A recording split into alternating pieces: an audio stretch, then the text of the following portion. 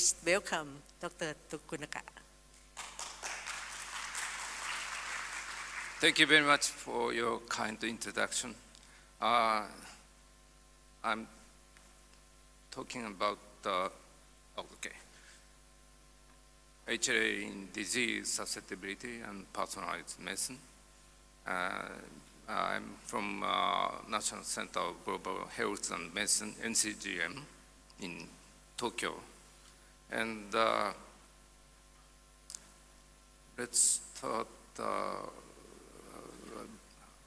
This is a brief introduction of major research activities, and today I would like to talk about our activities in narcolepsy study, and also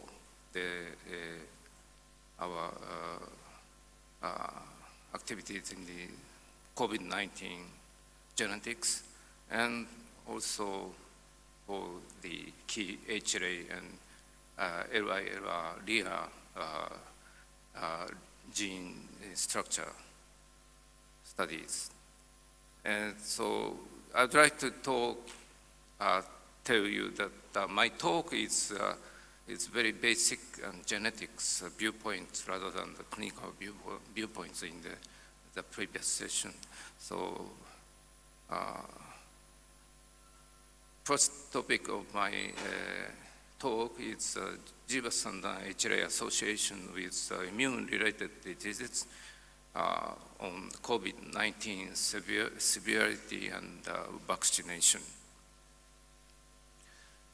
Before that, I just show you some of our recent efforts to participate in the international collaboration for immune-related multifactorial diseases. And for the COVID-19, we participated in the whole, it's not easy to see, whole exome-wide association study, and also we participated in the COVID-19 host genetics initiative international collaboration. And this is the first report of COVID-19 host genetics initiative. This is a very large-scale international collaboration with almost 50,000 patient data, and this includes 46 GBAS studies performed in 19 countries, and identify the 13 loci, but unfortunately, HLA on chromosome 6 does not appear to be significantly associated with hospitalized patients. Then, this is the second report of the host genetics initiative. In this case, including almost 220,000 patients, and the control is almost 4 million people's data. Finally, found the HLA association, as you can see here. But anyway, it seems HLA association is not so strong in the COVID-19 susceptibility or severity outcome. So then my idea is to do the such kind of study in terms of pathogen in combination with pathogen variations. But so far it's not easy to do the study of interaction between host and pathogen genome variants. That's a present stage. And you see, oh, sorry. You see the HLA signal is on the chromosome. HLA locus, one of the significant area, chromosome regions for COVID-19 severity. And then we performed also the side effect after genome-wide search for the genetic factor for side effect after COVID-19 vaccination. And by means of pathway analysis, association analysis, we found MSC association with pain, redness, itching, fever, and fatigue. Especially fever association shows very strong association with MSC locus. And this is a result of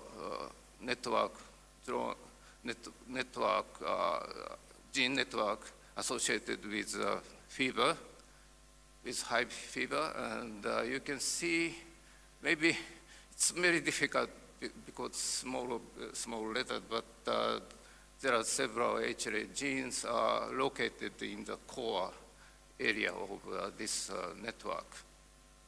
So I think HLA association is not only for the disease susceptibility, but also the response, associated with response again after vaccination. Then I want to move to the genomics and omics studies of narcolepsy. And also I'd like to present our recent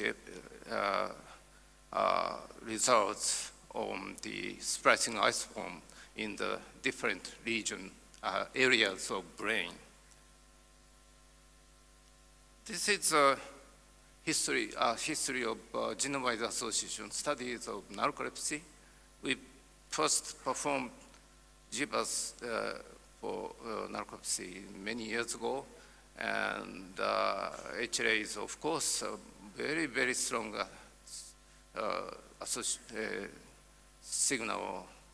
And then another region is also significantly associated. And then after that, several groups have performed GBAS, and the reports underlying reports are our own study, our collaboration with Emmanuel Mignot in Stanford University and other researchers in different countries. And then most recent international meta-GBAS analysis detected 13 significant loci. And this is again the international collaboration by Emmanuel Mignot and ourselves and other many collaborators in different countries. So, and together with these genome-wide association studies, we performed epidemiology-wide association studies of DNA methylation and performed integrative analysis of genome data and epigenome data. We published in these papers, and also we performed a metabolome analysis of cerebrospinal fluid, as you can see here. And the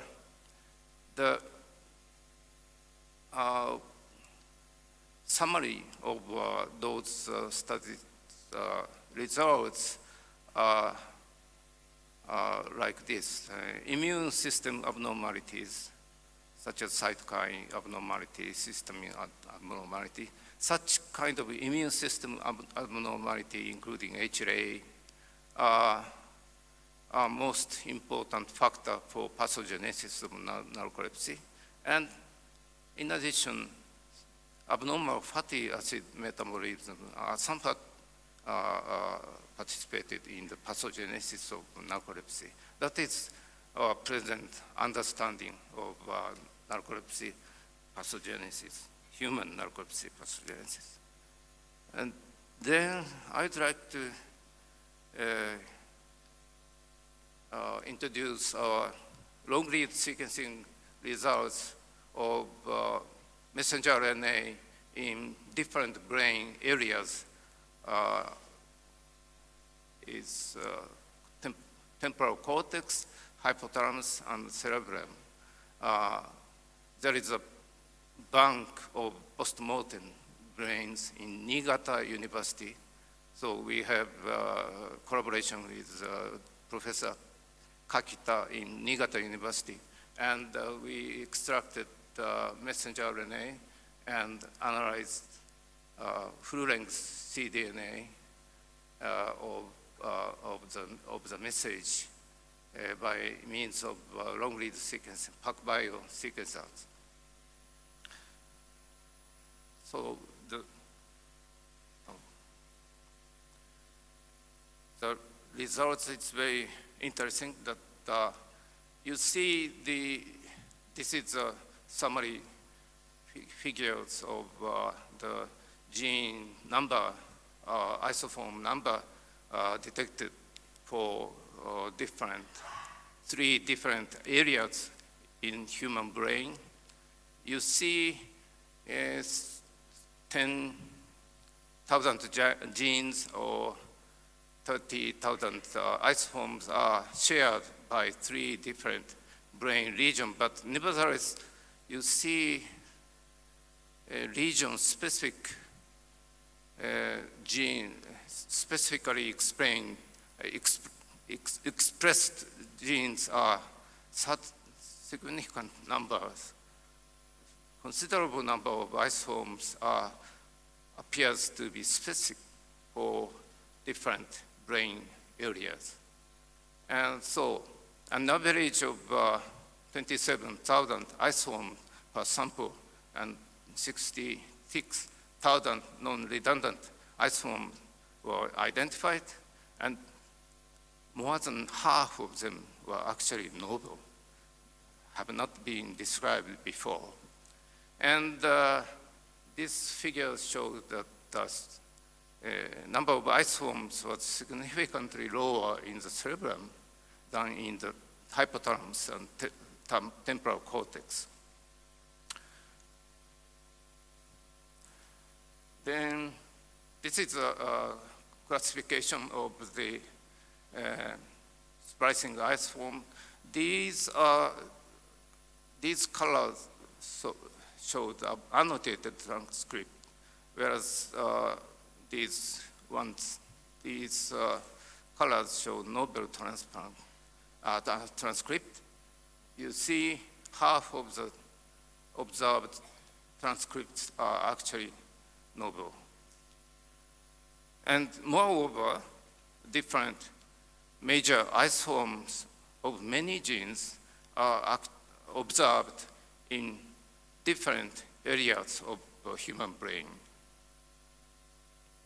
Then we performed pathway analysis or gene set analysis, and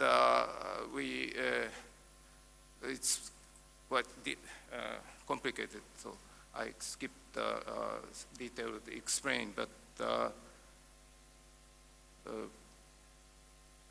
so such genes involved in determining the morphology of axons and dendrites in neurons and glial cells employ different isoforms in the different brain areas. So this kind of data will lead to the understanding the functional differences in different areas in brain, and moreover, I think the observed data will serve as controls for various neuropsychiatric disorders, such as narcolepsy or schizophrenia and other psychiatric diseases as well. So we are very much looking forward to do some similar analysis in the various kind of disease samples. Then I moved to the last topic of on LILR gene regions. Here, this is a schematic slide of a malaria parasite infection outcome. And in normal cell with HLA class 1 binding, LILR B1, B2 deliver inhibition signal, whereas malaria parasite, and also in the malaria infection, malaria parasite produce leafing, which also delivers inhibition signal in host immune cells. That means non-effective immune response against malaria infection and leads to severe malaria. That is here, yes, he was my student in my department, and his findings very interesting. And recent data reports from other groups suggest not only infectious disease, but also some cancer, some cancers, LILR gene families play some important role. And so we use long-read sequencing to analyze this particular genomic region in detail, and we found a very interesting hybrid molecule between LILR B5 and B3. So this molecule should have some unique function in so the study is undergoing to figure out the functional relevance importance of this hybrid molecule. And also, my collaborator, Professor Nagasaki, developed informatics new tool for analyzing gene copy number variation of B3 and A6. And you can see clearly that software clearly distinguishes total number of those genes in each individual. And you can see this is rather unusual location of these three individuals. Two are Japanese and one Caucasian. And this is actually the signal from B5, B3 hybrid molecule. So we propose a new project in the 19th International Workshop, leukocyte receptor complex. Especially we are much interested in the LILR gene groups. So if you are interested in, please participate in our project. And this one already I have presented last night in the welcome party, so I don't repeat again. And we have many projects, interesting projects. We are waiting for your participation in the international workshop.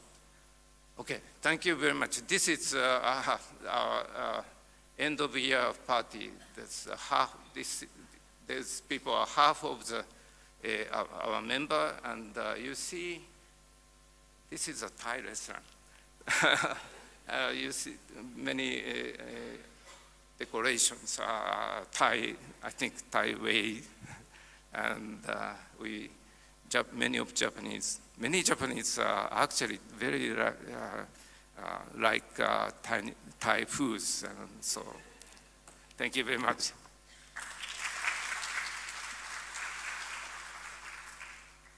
Thank you, Professor Tokunaga, for your insightful presentations, and Shizuoka is really attractive place to go. I hope next year we'll have many participants over in Japan. Okay, so now we would like to open the floor for questions. Yeah, Professor, thank you so much for a very comprehensive work of you. I know you have done a lot of genetic association. So the last part that's going to be the part of the 19 workshop, can you give me more like information, like which kind of immune cell that this inhibitory receptor, is it the same as a KIR? Is it on the NK cell? This, no. Okay. The So, LIR. expression pattern distribution in terms of the cells, different cells, are a little bit different, I think.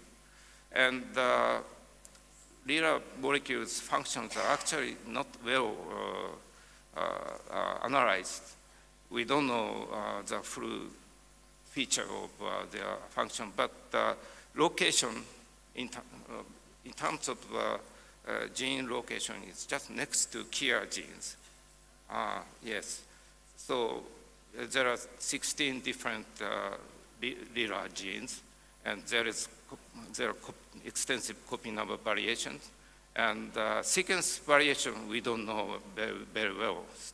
We still need to analyze in the different populations, different people. So can I ask more so that people can understand how to participate in the 19 workshop? You're interested in like population variation of these genes, or is it like a disease association part of the study? Of course, anybody can do the disease association in terms, for example, using the software we developed. But for the workshop activities, project activities, we are thinking about the sequence variation to study the sequence variation in each populations and contribute to the nomenclature establishment for the LIRA genes. Okay, thank you.